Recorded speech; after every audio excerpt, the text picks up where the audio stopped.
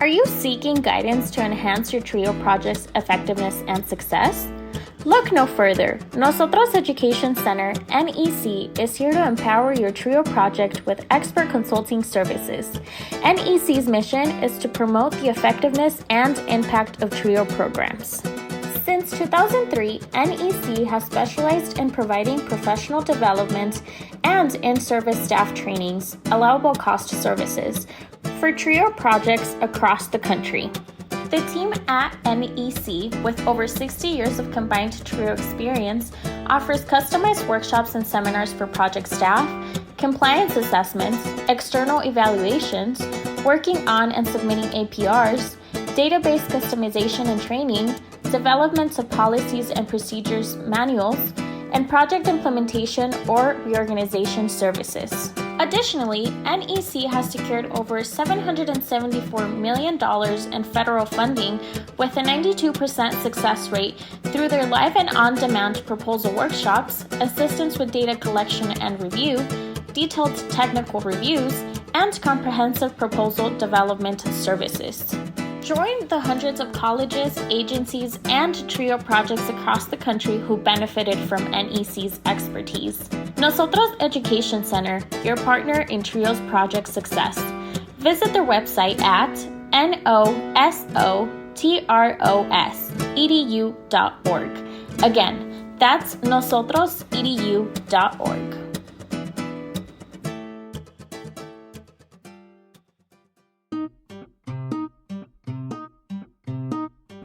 You are listening to Let's Talk TRIO on podcast. Keep up with the latest episodes by downloading the Podbean app or stream episodes via our social media accounts. Search for Let's Talk TRIO on Facebook or Instagram. This episode is sponsored by Student Access. Student Access, the leader in TRIO software.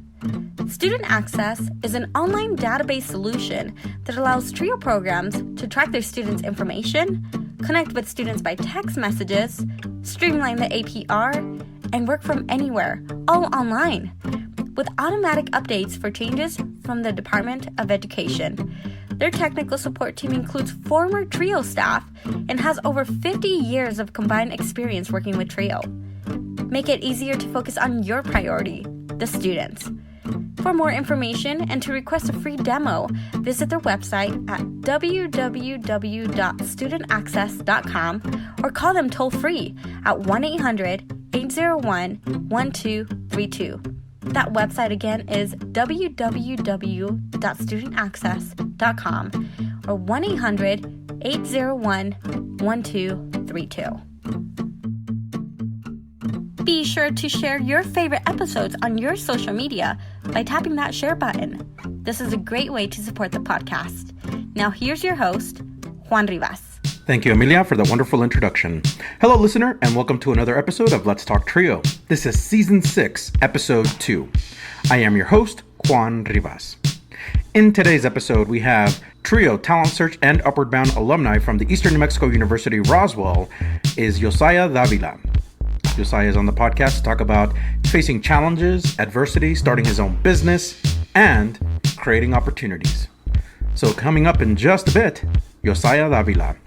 A huge thanks to our sponsors, Angelica Villalpando, Rosario Riley, Dr. Ryan Barone, Dr. Jamie Motley, Dr. Jeff Naputi, Angelica Valdez, Felicia Rivera, Jaded Electronics, TRIOJoblist.com, Nosotros Education Center, Cambridge Educational Services, and Student Access.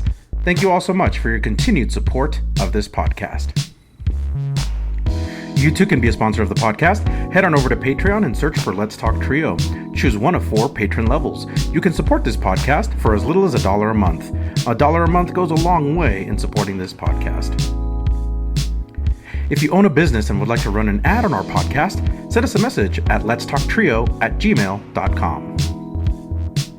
Become a supporter with a one-time donation to the podcast PayPal account. Our business handle is @LetsTalkTrio. Any amount is truly appreciated. If you would like to nominate a participant, staff, alumni, or advocate to be on the podcast, send us an email at letstalktrio@gmail.com. That email again is letstalktrio@gmail.com. Again, a great episode featuring Yosiah Davila with the Eastern New Mexico University-Roswell Trio Talent Search and Upward Bound Programs alumni. Sit back, relax, and enjoy this episode. 5, 4, 3, 2, 1. Hi, Trio Nation. My guest on the Let's Talk Trio podcast is an alum of the Trio Talent Search program at Eastern New Mexico University-Roswell. He graduated from ENMUR with an associate's degree in applied sciences for occupational therapy. They currently work for the Department of Transportation and Highway Maintenance. They own a charcuterie board making business, and they enjoy going to the gym. Welcome to the podcast, Yosiah Davila. Yosiah, welcome again to the podcast. Thank you, Juan. I'm very glad to be here and be part of this interview for the podcast for Trio. Yeah, thank you so much again for your flexibility, for being on here. And again, apologies. So to the audience out there, the way why I say again is Yosiah and I did a dry run through without even knowing it. I forgot to hit the record button. So Yosiah, I appreciate your flexibility with that. But how are you doing? Not bad, man. I mean, same old, just got back from work. I'm a little dirty, but here in a bit, I'll feel much better. But hey, we appreciate you just rolling in and being able to do this interview. How are things in New Mexico? I mean, they've been pretty good. We had a cold front last week, so that was great. I really enjoy the cold. I'm not a hot weather person at all, but this week it's going to be in the high 80s, so I'm just wet. I don't know where this cold weather's going, man. It's already November and it's still summer weather. Yeah, it is. It's a little bit crazy. Bad. Yeah. Well, I know that right now, I know in Colorado we're experiencing our cold. It's starting to get cold. It's getting colder here. We already experienced our first bout of snow a couple weeks ago, so we're getting there. So you're from Roswell. I know a lot of people either have heard of Roswell, may have an idea of what Roswell is, but can you tell us about your hometown? Tell us a little bit about Roswell. Tell us a little bit about you. So, yeah, Roswell, I mean, one of the main things of Roswell is our tourist attraction for our alien museum for the whole UFO crash. That's right. We'll keep the conspiracy theorists on there, whatever. But for us, it's just like, nah, man, there are no aliens here. But so I was born here in Roswell, but I was raised in Lake Arthur, New Mexico, which is about 40 miles south of Roswell, heading to Artesia, New Mexico. Mm-hmm. And I was raised there all throughout my life up until I graduated high school. And after that, that's whenever my sister Jasmine and I ended up moving here to Roswell. All right, right on. Can you talk to me? So at the very top of the podcast, we said charcuterie board making business. I was curious, how did that begin for you and how did you get started? So it was just a hobby of mine that I wanted to kind of just get a little money, extra cash, something that wasn't going to be too difficult for me to do. I think of so many ideas at random times. Like I could be sitting down watching TV and then I'm like, I should start doing this. And, and I actually came across the charcuterie board business when I was in California a few years back. And I thought it was really very interesting, and it was really well put done. And I thought to myself, I feel like if I get my food serving license and make my own little business for it, people would actually buy it. Birthday parties, Father's Day, Mother's Day, like the great festivities that there are. And so I started it in June just to get extra cash. And I've had quite a few orders since then. So it's been going pretty good. I mean, I have my slower weekends or where I have no orders, but I'm pretty flexible for the most part when people do try to order. Josiah, congratulations on that side business. It sounds like it's thriving and doing well. Yeah, can't complain. Absolutely. So between that, your job, and then going to the gym, because going to the gym takes a lot of commitment, right? How do you achieve? Yeah. So how do you achieve balance to go to the gym and manage your very busy life? Man, so my schedule has changed dramatically within the past few months. I recently left my former employer about 3 months ago. And before, my schedule used to look like I would work 9 to 5, your typical schedule, and I wouldn't go to the gym until later, from 8:30 to 9:30, 10 o'clock at night, come home, and that was my schedule. Right. But I picked up a part-time job as well at a grocery store working in produce. So my hours there kind of varied. So I worked 12 to 8 every day, or the days that I was scheduled. So I was mainly trying to go to the gym in the mornings, not too early, but just kind of like in between my break period from getting ready for work. So, and I actually did stop going to the gym for about 2 months. I was so overworked. I was drained. I was tired. And Hmm. weekends are usually the days that I leave myself to make my charcuterie boxes and boards, but That's awesome. depending on what orders I get, Hmm. because those are the days I have more availability and where I won't be super drained after work or trying to last minute put a board together just to have it ready, you know. Yeah. But it's just timing, really. Right now, I mean, with my new job that I just recently got, I, I won't be able to go to the gym until like after 6:30 or 7 o'clock at night. So Whoa. that's something that I have to navigate. Absolutely. So let's rewind the clocks a little backwards a little bit. Can you tell Mhm. us about your upbringing and how would you describe your family dynamic?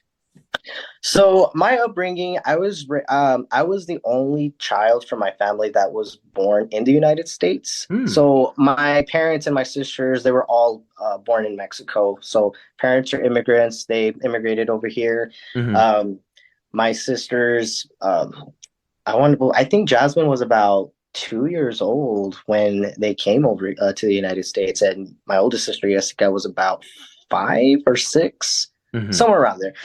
And so, you know, our upbringing, we're a very close knit family. And I'm talking about like traditional Hispanic house. Like we spoke Spanish at home, but I was able to gain speaking English from my sisters because they were already attending school. And so I would speak Spanish with my parents, but when they came with my siblings, we were speaking in English. So for me, I didn't really have a difficult time whenever I did start going to school.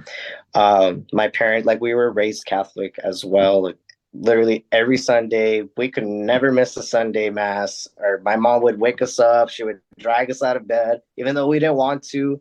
So we're a very close dynamic family, typical religious Hispanic background happening. Yeah, yeah. Uh, how would your family describe you? Oh, that's a good question, actually. I feel like my family would label me as energetic. I'm very stubborn at times. I'm super stubborn. Stubborn. Yeah, I mean, I guess I take advantage of it in good Mhm. ways and not necessarily bad, but definitely a courageous and valiente, like super brave. I would say Mhm. that that's how they would describe me. Do you remember your early days in grade school? Well, how was that experience like for you? Oh, honestly, I have a great memory. I remember the first day that I even started going to Head Start and my Mhm. first day of kindergarten. I Wow. remember it vividly. I even remember what I wore, like my experience. I was that child that, like when parents drop off their kids for the first time at school and parents are very emotional and the kids are emotional because they don't want to be around a bunch of strangers. They want to stay with mom. I was a complete opposite. The minute my mom dropped me off, I was Mhm. pushing her out the door. I'm like, all right, you can go. Like, leave me be. I am free. Like, I can do whatever I want. So, my early childhood years in school, they were honest. I had a blast in elementary. I honestly don't necessarily remember having a really bad time in Mhm. elementary school. We were in a small little community.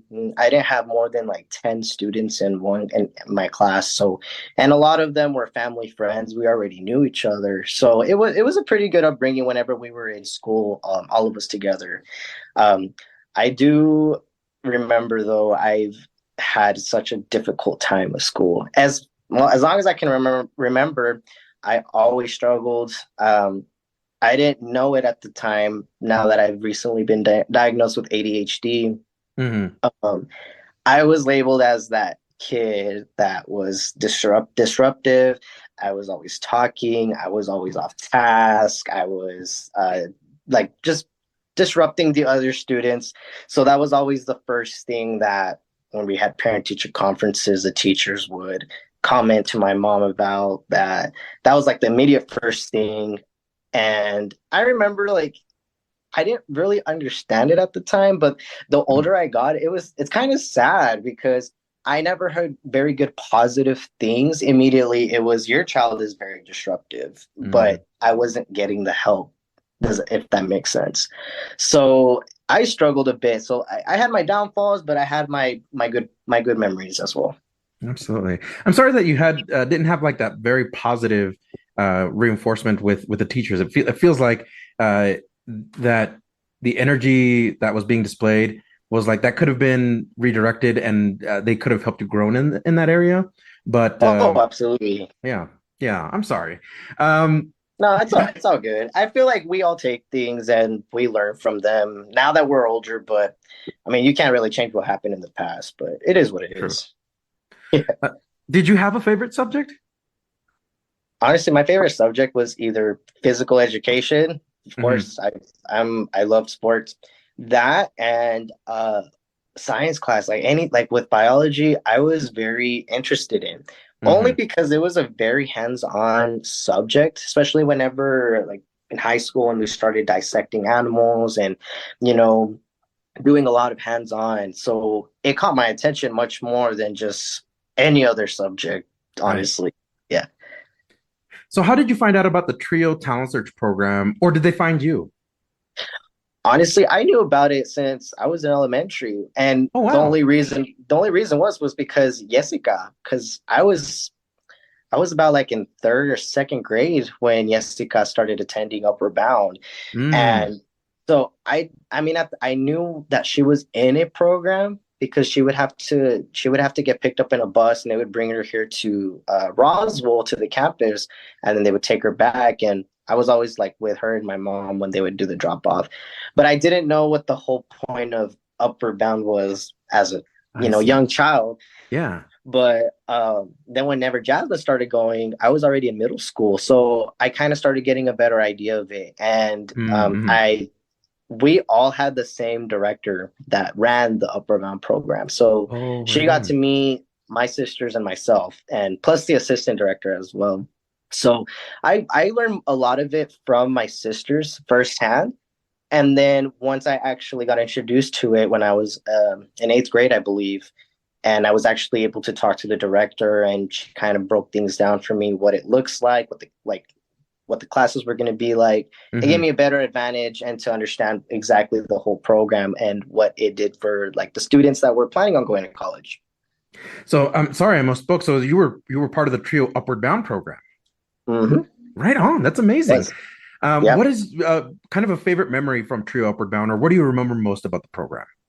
Honestly, it was such a fun time. It not just experience-wise, like trying to prepare yourself for college, but the friendships that we made with other students from different schools. So I enjoyed it very much. And I also enjoyed the fact that whenever I would come to Upward Bound, we had classes, and a lot of the classes that we would have, I felt that I was educated much more than I was being educated back at my regular school in Lake Arthur, because they were so understaffed. We had low budgets. They couldn't even afford for us to have the right teachers or even have teachers. Majority of my classes I had to do online because they couldn't afford any staff. Wow. And so for me, I struggled a lot. So being able to be part of the Upward Bound program, it gave me that advantage that I needed to learn more. And so I had teachers that broke things down for me, that explained things to me that I didn't understand. And it was kind of hard too, because the work we were doing for Upward Bound was much more advanced than what we were doing back at my regular school. So it was kind of navigating through both, but it still gave me that great experience of actually being taught correctly. Right on. Was college something you gave a lot of thought about, some thought about, or a little bit of thought about? Yes and no, but I felt honestly, whenever I was in high school, I feel that because my sisters, they paved the way for me because they've always been my role models. They since since I was younger, and I look up to them, and till this day I still do. I honestly don't know what I would do without them, but because they paved the way of being in college and me experiencing and seeing them going to class and completing everything, I felt the pressure really bad. And Mm. I felt very discouraged as well because both of my sisters were very highly educated. They were book smart. And I'm not saying I'm not book smart, but I struggled so much when it came to education, like the education portion of school.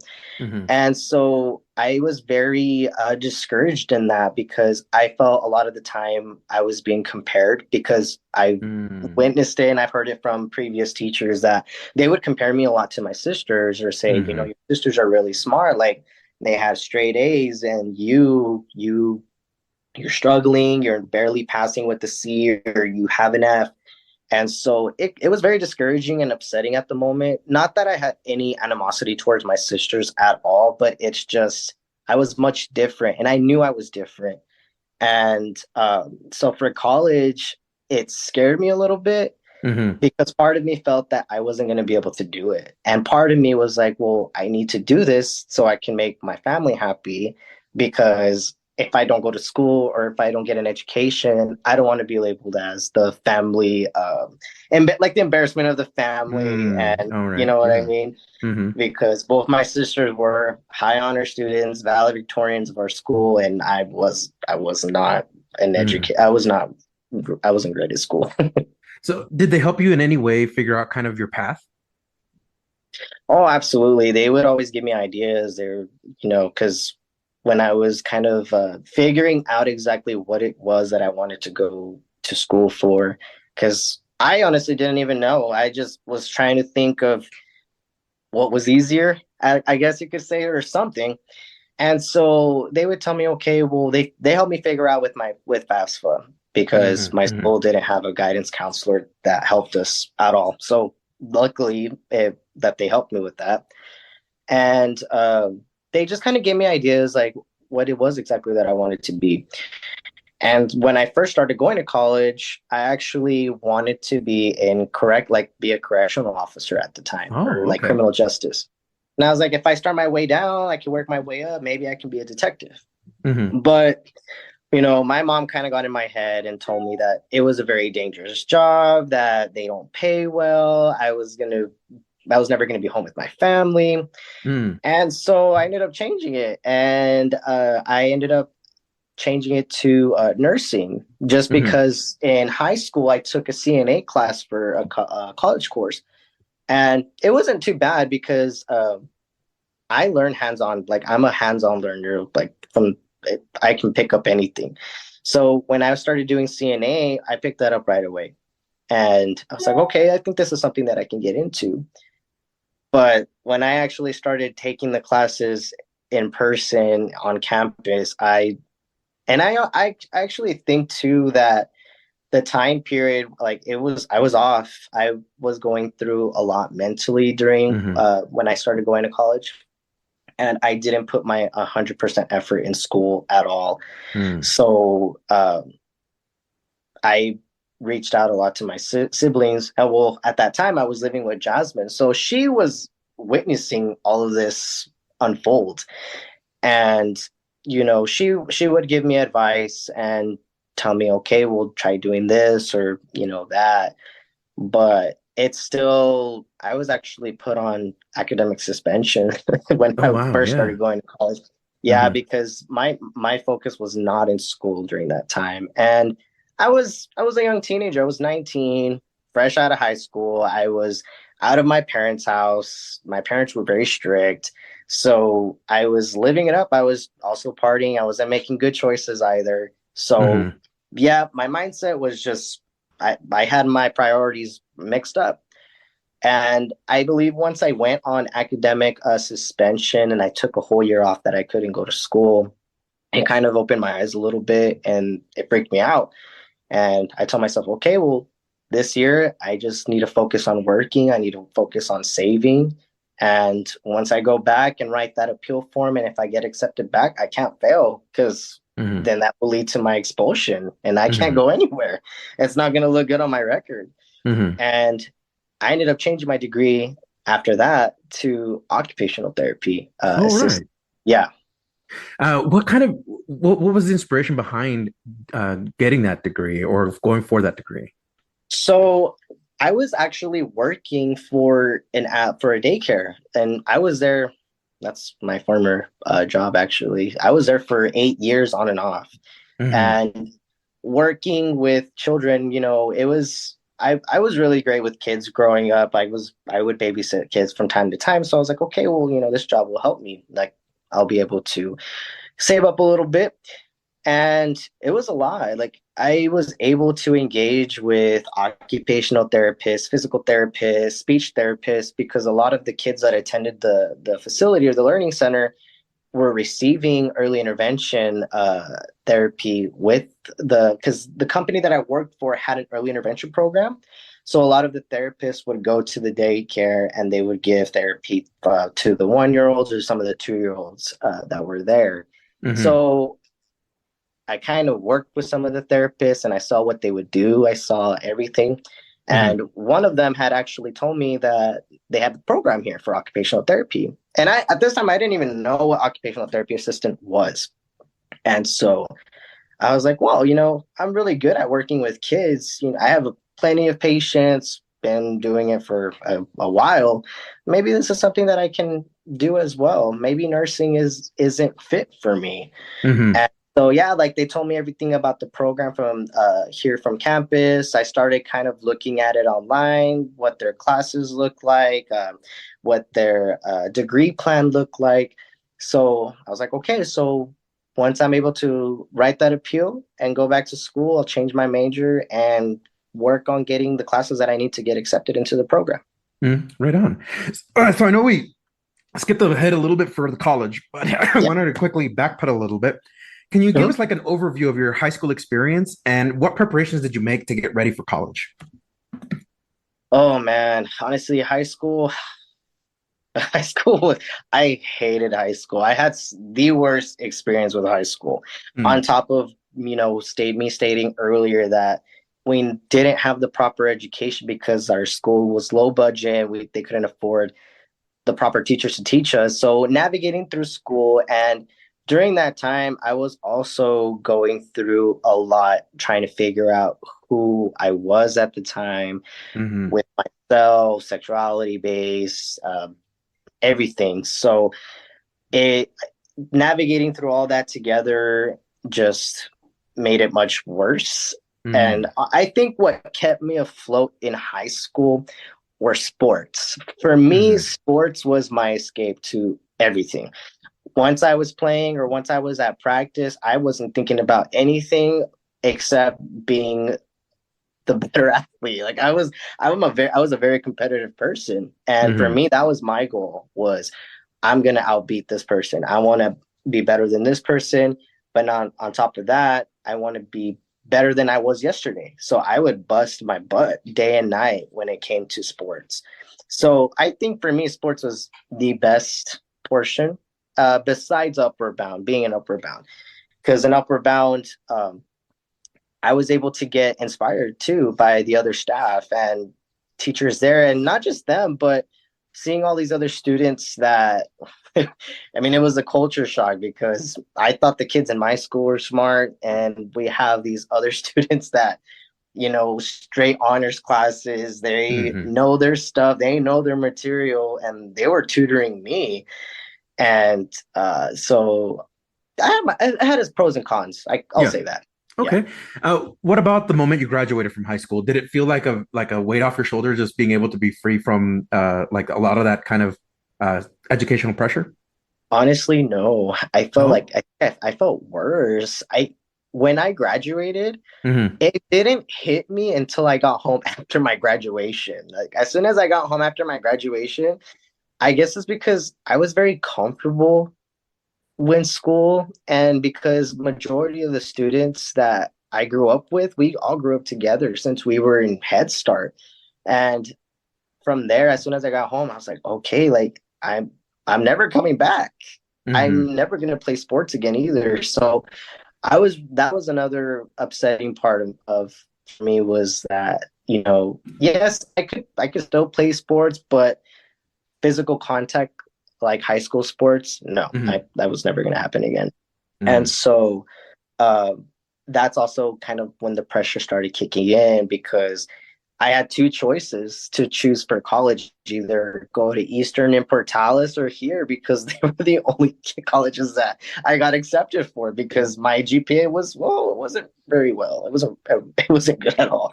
Yeah. So I felt a lot of pressure during that time, and I I still couldn't make up my mind what I wanted to do, and I was trying to jump the gun sometimes too, or I was just kind of taking it day by day at that point.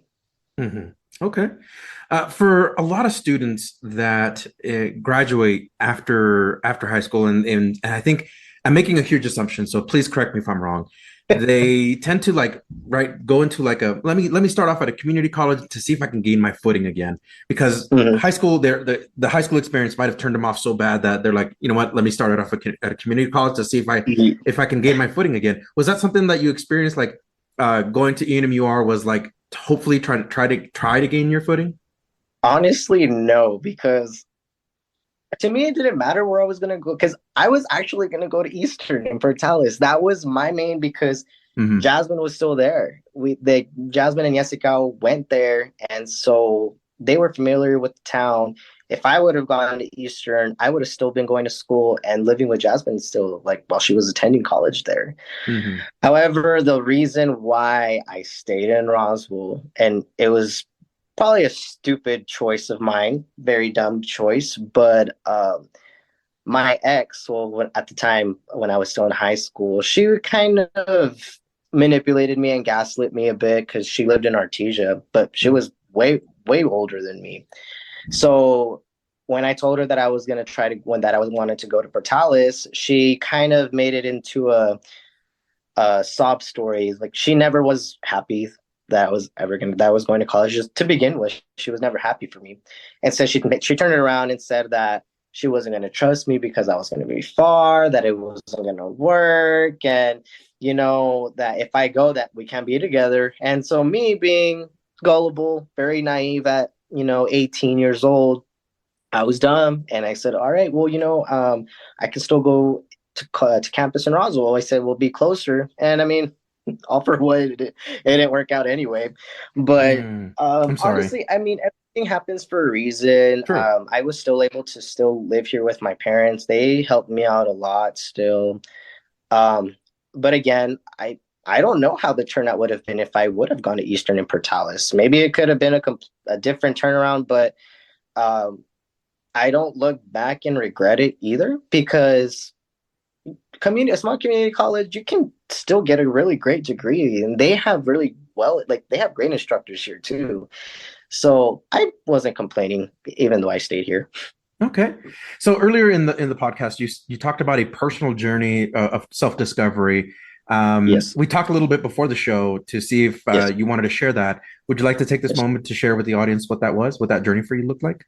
Yeah, absolutely. So I am a transgender male. So I started my transition in 2018. Mm, And this also relates back to how I was talking about that I had a lot of problems in high school with trying to figure my self identity, my sexuality. So I knew at the time, like, I was into girls at the time. So in high school, because I am female to male, or at that time I was labeled a lesbian. So coming out was very difficult to begin with, because mm, I come from a very, religious Catholic background with strict Hispanic parents. And so for me, um, you didn't really like, I knew what lesbian and gays and bisexual people were at the time, but I didn't know of any other lesbians around me. And so I didn't know how my family was going to take it when I was in high school, when I did come out.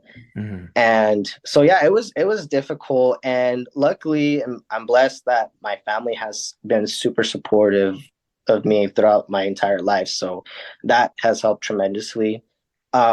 But after I came out and, I was able to be comfortable in dating the people that I was into, I still felt very, I don't know, like it's a very hard and complex way to describe. I still didn't feel whole. Like Mm. I always felt that something was missing, but I just didn't know exactly what it was. And so in high school, I did change my look so many times because I wanted to fit in so I wouldn't like draw attention. I didn't Mm-hmm. want people to think that I was, lesbian or catch on because I didn't want people to judge me or make fun of me. Mm-hmm. And so once cat was out of the bag, nobody really cared. So they knew and they supported me. So I was like, all right, whatever. But once I graduated high school and I started kind of, becoming young adolescent at the time into adulthood, that's kind of when the feelings were deeper. And so I used to have long hair. I was already dressing like a guy already, and Mm-hmm. I ended up cutting off my hair. I believe I was like 22, 21 at the time. And I think that's kind of when I started accepting what was going on, but I still didn't know because this stuff wasn't really spoken about yet. Not like how society is today, like Mm-hmm. where it's Mm-hmm. super open and accepting. And so I did about a year and a half research just trying to figure out what it was that I was feeling. Why was I feeling this way? Like I thought, and I didn't want to, I don't know, like I felt like I was kind of going crazy for a minute, Mm-hmm. but I was able to come across, a video of another transgender male. He was telling his story on his YouTube channel.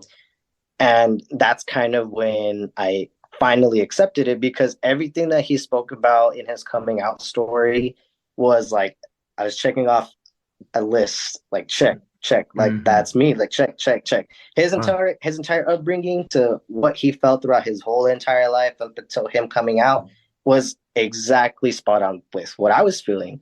Mm-hmm. And so yeah, I continue doing more research, just trying to navigate through that because it's a process to start your transition. You have to find a therapist, um, you have to find a doctor that can treat you and prescribe you with, HRT. And so I remember I was taking a psychology class. It was like a late night class, and I was Mm-hmm. still living with Jasmine at the time. Mm-hmm.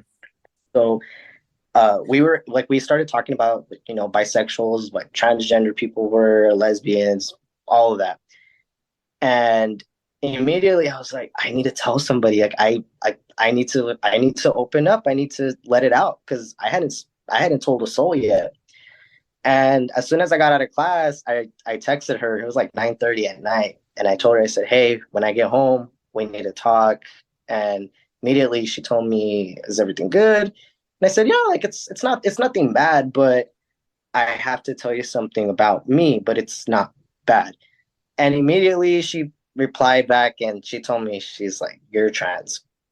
And I remember I kind of like I froze for a second. I don't remember if I ended up calling her. I think I did call her. And I told her, I was like, "Who told you? Like who knows that I don't know? I haven't told Mm-hmm. anybody." Mm-hmm. And she knows me. Like Jasmine and I may be 3 years apart, but we have like twin similarities. Like she can tell you exactly what I'm feeling, what I'm thinking. We will say the same thing at the same time when we're around each other. We're in sync. Mm-hmm. Mm-hmm. And immediately she just told me, she's like, "Dude, like I've been knowing this." She's like, "We live together." And she's like, "You cut your hair out of nowhere. Like your whole appearance changed." She's like, "You look happier." And she knew about it because I think she had a friend in college too that he had transitioned. So she was already educated on this. Mm-hmm. And she told me that she didn't want to confront me about it without me coming to her about it first. She didn't want to step that boundary. And so immediately she's like, "Don't worry." She's like, "Well, we're gonna get through this all together." She's like, "If you need help coming out to parents," she's like, "I'll be right there with you."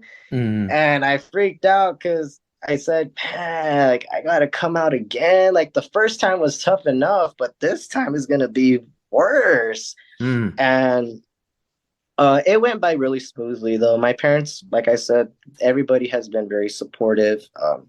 They've never like disregarded my feelings. They've never made me feel guilty about the way I felt. If anything, my parents kind of saw it coming too, because growing up, I was that little girl growing up at the time that never liked playing with dolls. I never liked to wear dresses. I never liked pink, nothing like that. I was always playing video games, playing with action figures. I was outside in the mud, in the dirt, playing. I was always with my dad, just wanting to work, like Mm-hmm. outside, just doing something. Mm-hmm. And, so I guess for my parents, they kind of, they're like, like we saw this coming, like this, it makes sense. Mm-hmm. And so, yeah, I mean, it's been a roller coaster over the past 5 years. To say the most, it's been a Yeah. crazy ride, but um, with the help of getting counseling, therapy, navigating through everything, support system as well, it's gone great. And I honestly cannot. I feel great. Being Yeah. able to be in my own body and being who I truly was meant to be, it means everything. And it's definitely something that I wish I could have started earlier in my high school, like when I was in high school. But Mm-hmm. I felt like it was supposed to happen this way, and it's turned out great. Wonderful. Thank you so much, Josiah, for sharing your story with us, and especially that personal journey. I know that it can be very tough to sometimes discuss, Yeah. or for some others, it's very, very easy to discuss, but we appreciate you Yes. sharing your story. So, kind of getting back into the college track of this discussion, what did you hope that the occupational therapy degree would do for you, for your associate's degree? I honestly thought it would make me feel successful. Mm-hmm. Again, this plays in the big role, like I had mentioned earlier, that the pressure was on. I felt that if I do this, if I pass, I will prove a lot of people wrong, not just other people, but myself, because I did it. And when I thought that I wasn't going to get through it. And Yeah.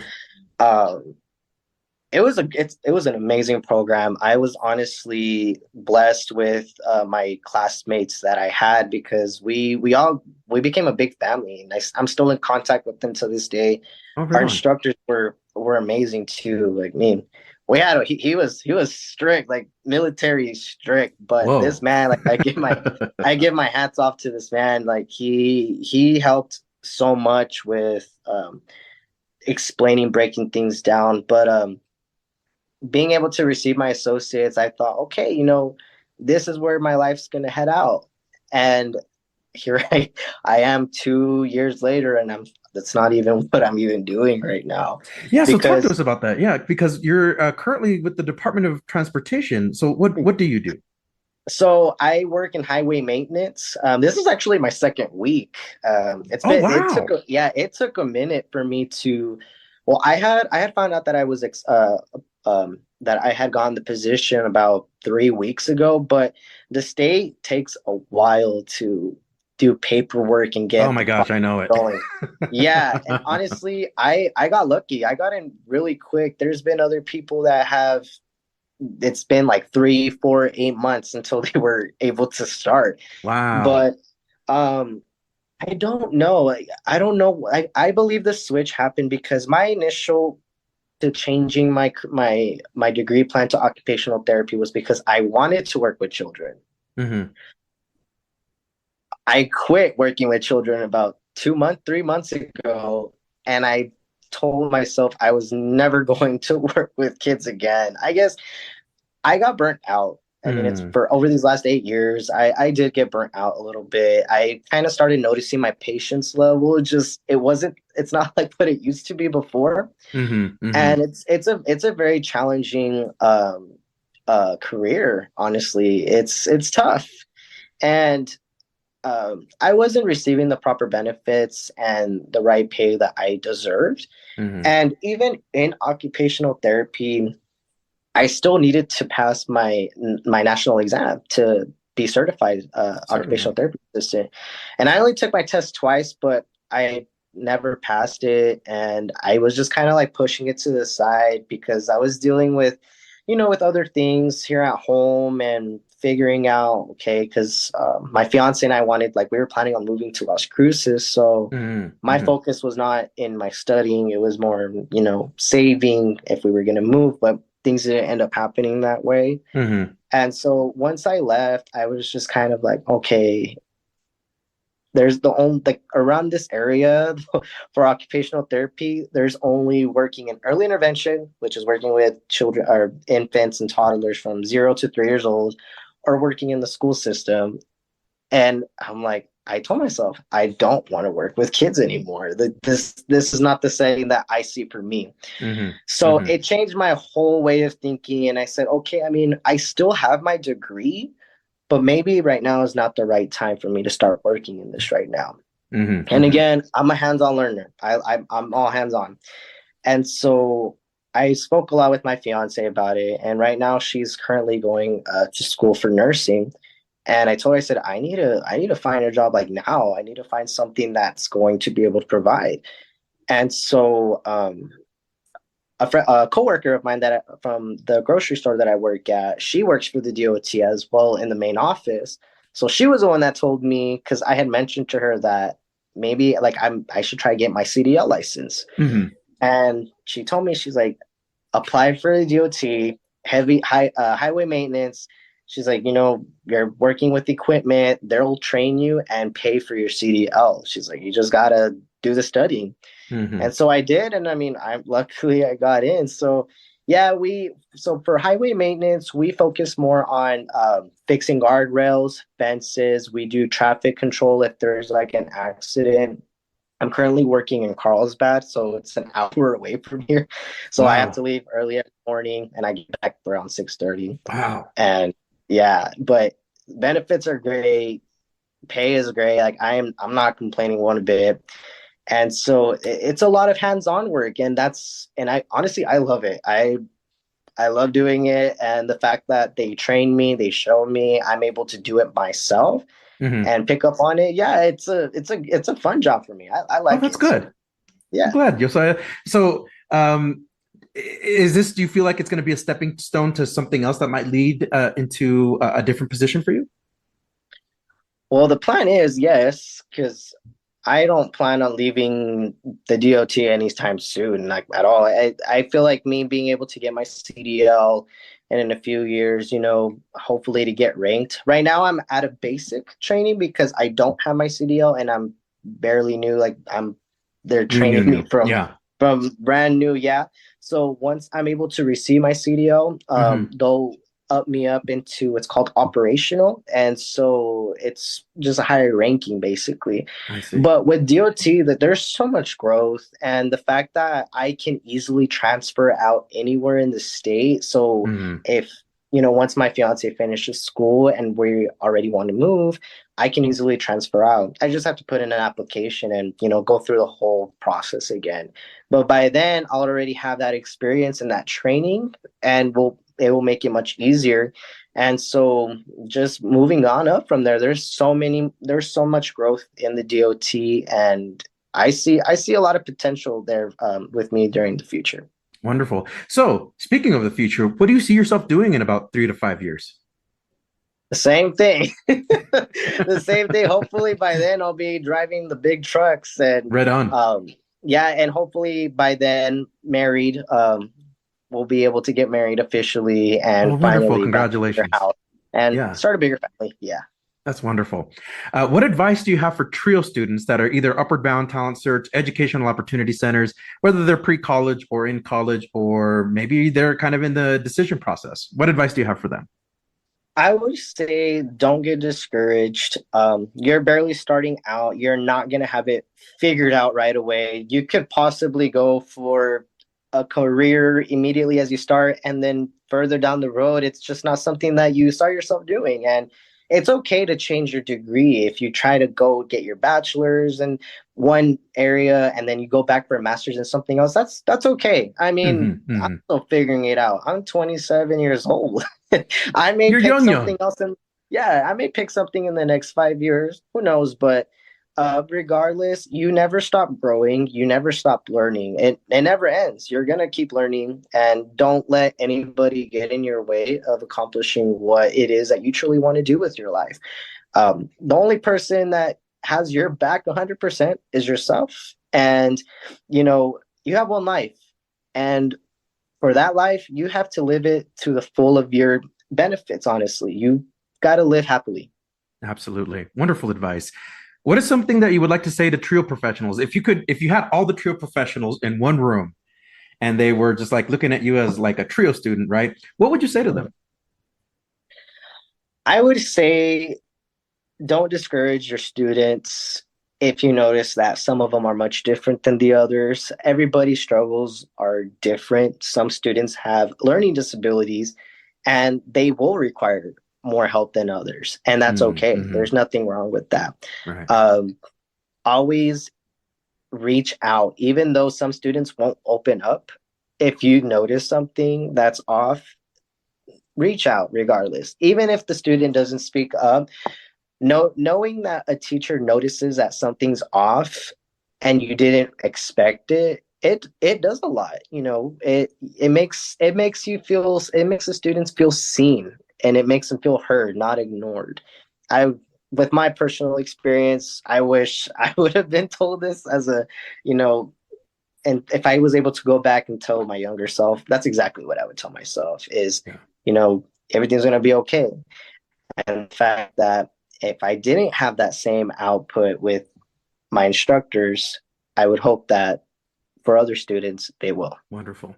What are some books, movies, podcasts, music, or other forms of entertainment you would like to recommend to the audience? Oh man, I can't tell you about a book. I don't read books. with my ADHD, I just can't. Like, I've tried reading books. I really have. Yeah. I've given it a try, but it's very frustrating reading a paragraph and not knowing what the heck I just read and having to go back and go back and go back. Now, if they have pictures, that's a different story. But okay, yeah. I'm not gonna go there with the books. So nothing on the books. But podcasts. Okay, I'm a true crime. Oh, another true crimer, right over here, right on. So yes, and I'm gonna say the same podcast that Jasmine said because we both discovered the podcast together. Wonderful. It's called Morbid Podcast. Yeah. And I've heard like other true crime, like I've heard Crime Junkie, but Morbid, I don't know. It's just the way that these two women like perfect their podcast, their talking, their sarcasm. Wow. It catches my attention more. Like the other episodes from other podcast people, it never caught my attention at all. But yeah, I would say Morbid Podcast. If you're a true crime person, they give the best, and they go detail by detail, so it's great. For TV shows, I would say again, true crime. I love documentaries. There's one in particular that my fiance and I were binging like morning, day, and night. And really? Yeah, it's called Evil Lives Here, and I think it was on HBO Max. So it talks about serial killers or people that have killed, and usually in documentaries or in podcasts, you will hear about the victim's story or like the victim's background, but also the perpetrator and what happened there. But on Evil Lives Here, it talks about the family members and like siblings or partners that were with the serial killer and their experience with living with them. And so that one was crazy because you can have like a mother, a father, siblings, a girlfriend, children, and talking about like someone in their family and what their childhood looked like, trying to see what signs were there before they committed the act. And it's a great documentary. I recommend everybody to go watch it. It's awesome. Music wise, honestly, I'm very basic. I'll listen. Why would you say country basic though? Because I feel like not many people listen to the kind of music that I listen to. Like my fiance and I have different taste in music entirely. I was never into country. I never listened to country, and she does. So she got me into it. Okay. I was like, oh, okay, it's not that bad. But I literally grew up listening to like reggaeton. Like that was all I ever listened to. Like growing up with Daddy Yankee, Don Omar, all of them. And now like I still listen to them, like the classic reggaeton, but I like the Latino trap too, Bad Bunny. Right. Yeah. And then when I go to the gym, just heavy metal. Strictly heavy metal. Okay. Did any of Jasmine's influence on you for music rub off, the emo face? Oh, heck yeah. Yeah. I'm telling you, when we were in high school, she would just play her guitar over and over and over and just sing songs and the same songs from her favorite band. And at the time, like, I was just over it. I would just tell her to shut up. But now, like, I'll tell her, I say, hey, dude, like, I came across this band. Do you know what this band is? And I'll tell her to listen to them. Same as her husband, because her husband's also, like, a metal rock freak. So yeah, like well, she had a big influence on me when it came to heavy metal. That's awesome. So Josiah, what is one word you would use to describe yourself? Only one word out of the entire words that exist in the lexicon. What is one word that you would use that like you would say that's me? I would say courageous. I love that. Yeah, so we're going to use that. Yeah, we're going to use that as the title of your podcast for the episode. We're going to say courageous. Yeah, that works, man. That works. I love it. Josiah, it has been a true pleasure to have you on this podcast, to speak with you for the time that we had, and to share your trio journey, your personal journey, your academic journey. We should do a follow-up episode soon to see how things are going. So also to let you know, this should be season 6 for us. So you'd be opening up season 6 for Let's Talk Trio. Oh, heck yeah. I'm down. I enjoy talking. Just like Jasmine, we can talk all day, all night long. Yes, we have a tradition on the Let's Talk Trio podcast where we have the guests sign off. Do you care to do the honors? Yeah, of course. Hi, this is Yosiah Davila, and I am a Trio Upward Bound alum from Eastern New Mexico University-Roswell. I have attained an associate's degree in occupational therapy from ENMUR, and now I am working as a heavy maintenance in the DOT for the state. And also, Trio works. That was our guest, Yosiah Davila, from the ENMU-Roswell Trio Talent Search and Upward Bound Programs alumni. Josiah, thank you so much for being on the podcast and for sharing your trio journey. Remember, if you would like to be on the Let's Talk Trio podcast or know a staff, advocate, participant, or alumni, send us an email at letstalktrio@gmail.com. That email again is letstalktrio@gmail.com. A huge thanks to our sponsors, Angelica Villalpando, Dr. Jamie Motley, Dr. Ryan Barone, Angelica Valdez, Dr. Jeff Naputi, Rosario Riley, Felicia Rivera, TrioJoblist.com, Jaded Electronics, NOSOTROS Education Center, Cambridge Educational Services, and Student Access. Thank you all so much for your continued support of this podcast. You too can sponsor the Let's Talk Trio podcast in one of 3 ways. Become a monthly patron on Patreon. Our base level starts at $1 a month. Become a corporate sponsor by placing an ad on the podcast. Email us for details. Become a supporter with a one-time donation to the podcast PayPal account. Our business handle is at Let's Talk Trio. I'd like to take a moment to thank our honorary members of the Let's Talk Trio podcast, Roderick Chambers, Tony Ho, Scott Kendall, and Susan Cramp. The Let's Talk Trio podcast team is John Russell, audio engineer, music producer and composer, and post-production editor. Amelia Castañeda, script supervisor, marketing manager, social media manager, and producer. Juan Rivas, executive producer and host. This episode was recorded November 7th, 2023.